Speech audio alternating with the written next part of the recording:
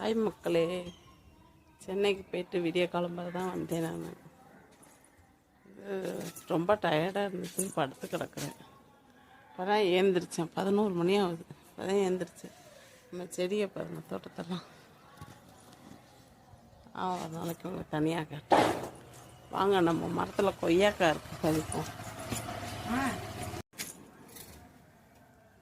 எங்கே போனாலும் நம்மளுக்கு கொய்யாக்காய் முடிஞ்சிடும். பார்த்தேனே கொய்யாக்காவை.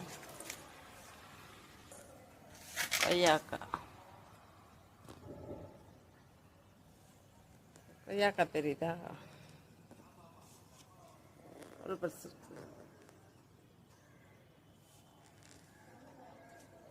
கொய்யாக்காய் நிறையா இருக்கு. கொய்யாக்காய்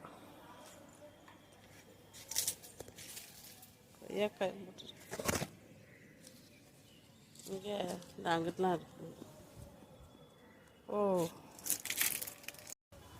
இந்த வீடு தான் நம்ம வந்த புது வீடு. புது வீட்டில் இது மாடி.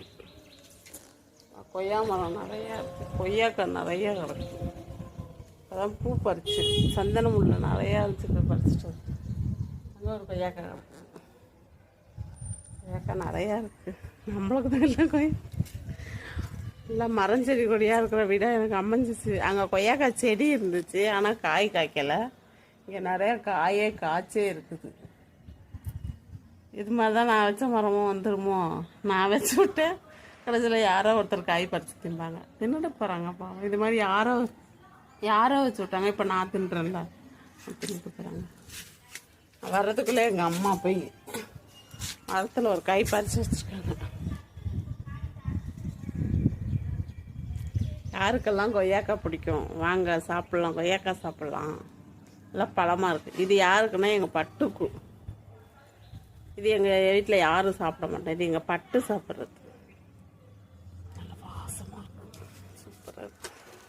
இது எங்கள் பட்டுனா பச்சைக்கிளி நாங்கள் வளர்க்குறோம்ல, அந்த பச்சைக்கிளிக்கு எங்கள் பட்டு கொய்யாக்காய்னா ரொம்ப இஷ்டப்பட்டு சாப்பிடுவோம்.